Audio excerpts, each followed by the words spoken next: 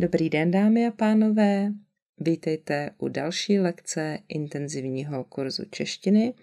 Zdraví vás Jana z ilearnczech.com. Teď se věnujeme imperativu a máme ho rozdělený na skupiny sloves, která mají stejnou koncovku v imperativu. Takže dnes se podíváme na slovesa, kde bude na konci buď i, anebo s háčkem t. Jete. Jestli můžete, vezměte si papír, tohle si tam napište, sami zkuste tabulku doplnit a se mnou to potom jenom kontrolujte. Pojďme na to. Takže oni zjistí. Teď ubereme to jí, jenomže nám tady zůstaly dvě souhlásky, dva konsonanty a poslední z nich je jedna z hlásek d, t, n, m, b, p, v, f. Takže tady máme t, takže přidáme pro imperativ ty, tam nám je jedno, že to je d, t, n, m, b, p, v, f. Imperativ bude plus krátké i, zjisti, ale protože tam je t, tak bude zjistěte. Zjistěte. Například zjisti, kdy nám pojede zítra autobus. Nebo zjistěte si na internetu, jaké dokumenty budete potřebovat. Spát. Oni spí a imperativ bude spi, krátké i, a nebo vy spěte. Takže spi sladce. To řeknete někomu, kdo jde do postele, a nebo například spěte každý den 8 hodin a potom budete mít více energie. Říct, oni řeknou a imperativ potom řekni a řekněte. Například řekni mi pravdu nebo řekněte nám všechno. Nebo tak už to řekni a podobně.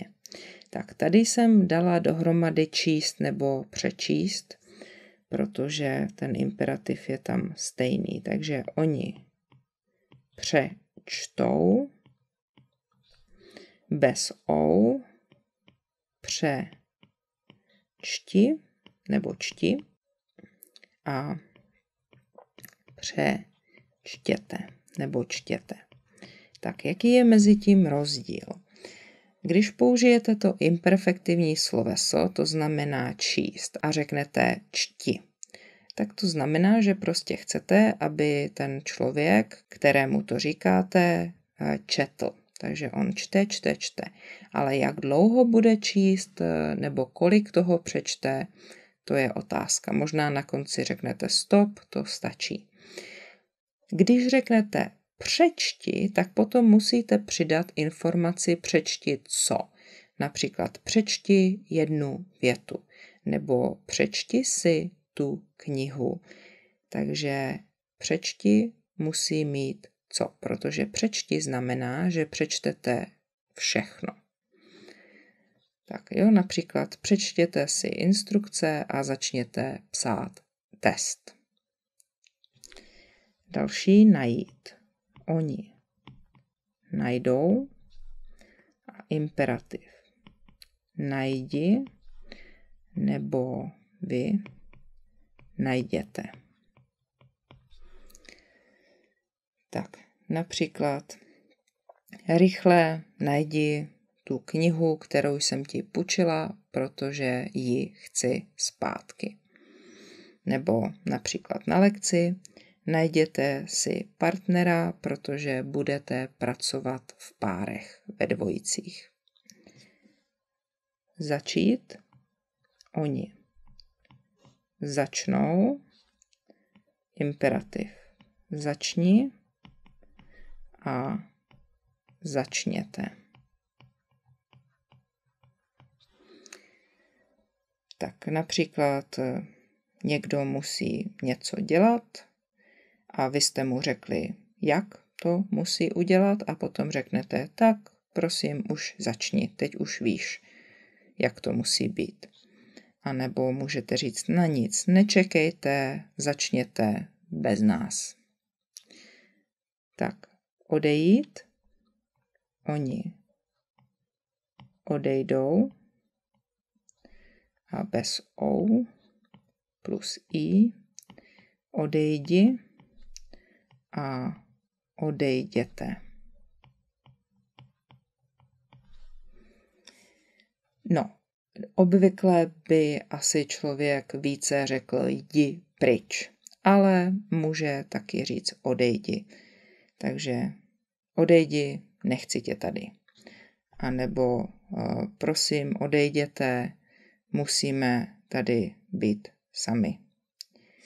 Tak kliknout, můžete myší na něco, takže oni kliknou a imperativ potom klikni nebo klikněte. Takže když pracujete s počítačem nebo pomáháte někomu pracovat s počítačem, můžete dát instrukce klikni na tuhle ikonu. Jestli vykáte, tak klikněte na ten obrázek vpravo. Sednout si, oni si sednou a imperativ. Sedni si a nebo vy sedněte si. Tak tady pozor, na jednu stranu je to něco, co můžete používat i pro psa, ale když to řeknete psovi, tak řeknete jenom sedni. Neříkáte to si, prostě sedni. A on potom nebude stát, nebude chodit, nebude ležet, ale bude sedět. Ale když přišel například kamarád na návštěvu, tak mu řeknete sedni si na gauč, přinesu kafe nebo něco takového. A nebo vám může říct například doktor, dobrý den, prosím, sedněte si, nestůjte. Tak lehnout si, to je podobné sloveso formou, takže oni si lehnou a zase lehni si a lehněte si.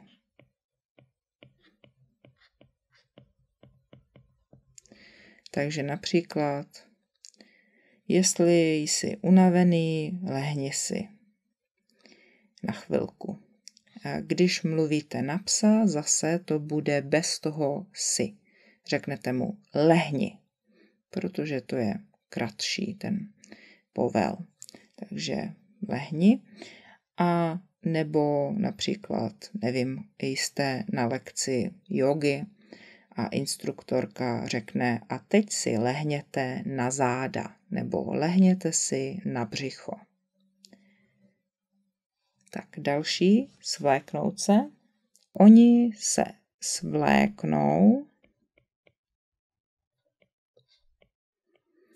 a rozkaz svlékni se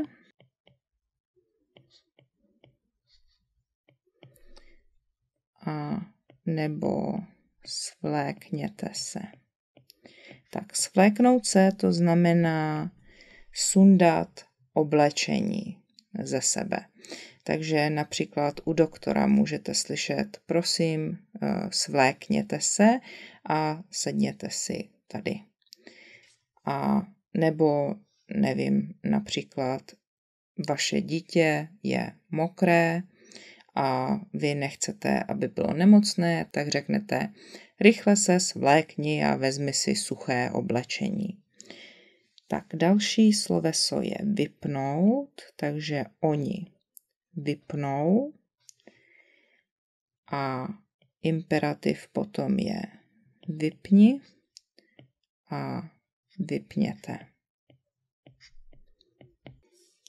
Například už tu televizi vypni a jdi spát, už je pozdě. Nebo než odejdete, prosím, vypněte všechny spotřebiče. Další je zapnout, takže oni zapnou a zapni a nebo vy zapněte. Například, prosím tě, zapni rádio, teď je tam program, který mám ráda a chci ho poslouchat. Nebo zapněte si aplikaci na mobilu, protože s ní budeme pracovat. Kouknout se, to je synonymum ke slovu podívat se, ale je to hovorové, takže kouknou, to se tam někdy není, takže může tam být a nemusí tam být. A imperativ potom koukni nebo koukni se a koukněte. Nebo koukněte se. Takže například koukni se, to je krásná fotka, viď? A nebo koukněte se, prosím, na ten text a zkontrolujte, že tam nejsou chyby. Děkuju. A nakonec sloveso stáhnout. Stáhnout můžete například něco z internetu, film nebo hudbu nebo nějakou hru nebo aplikaci do mobilu. Takže oni stáhnou a imperativ stáhni a stáhněte. Takže mohlo by tam být taky si, jestli to děláte pro sebe.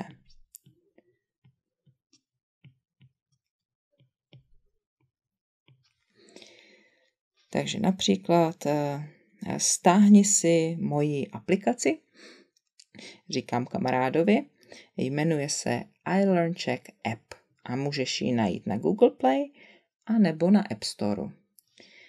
Tak a jestli potřebujete trénovat deklinaci, stáhněte si aplikaci, která se jmenuje Pády.